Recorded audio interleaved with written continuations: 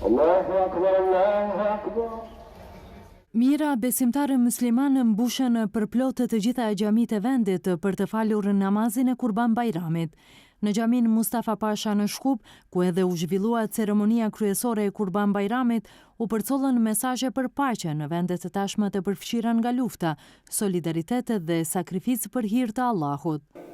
Në kohën e sfidave të mëdha, kjo festë na kujton se është e domosdoshme të angazhohemi në eliminimin e veseve të këqija, në eliminimin e problemeve me të cilat përballet njerëzimi, të zhdukim varfërinë dhe të mbjellim qetësinë dhe begatinë e jetës, të ngritim vlerat morale ndaj anomalisë së sotme, të përhapim paqen në vend të luftës dhe mizorive, siç po ndodh në vende të ndryshme, dhe të vendosim dijen mbi ignorancën dhe rendin mbi kaosin.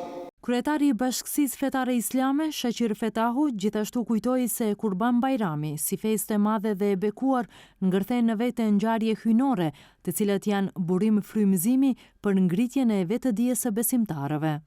Madhështoria e kësaj feste të madhe qëndron në faktin se në këto ditë është plotësuar zbritja e Kur'anit famlar. Janë ditë të kryerjes së haxhit, kushtet të 5 të Islamit dhe besimtarët në këto ditë kryen obligimin e prerjes së kurbanëve të tyre për hir të Allahut fuqiplot.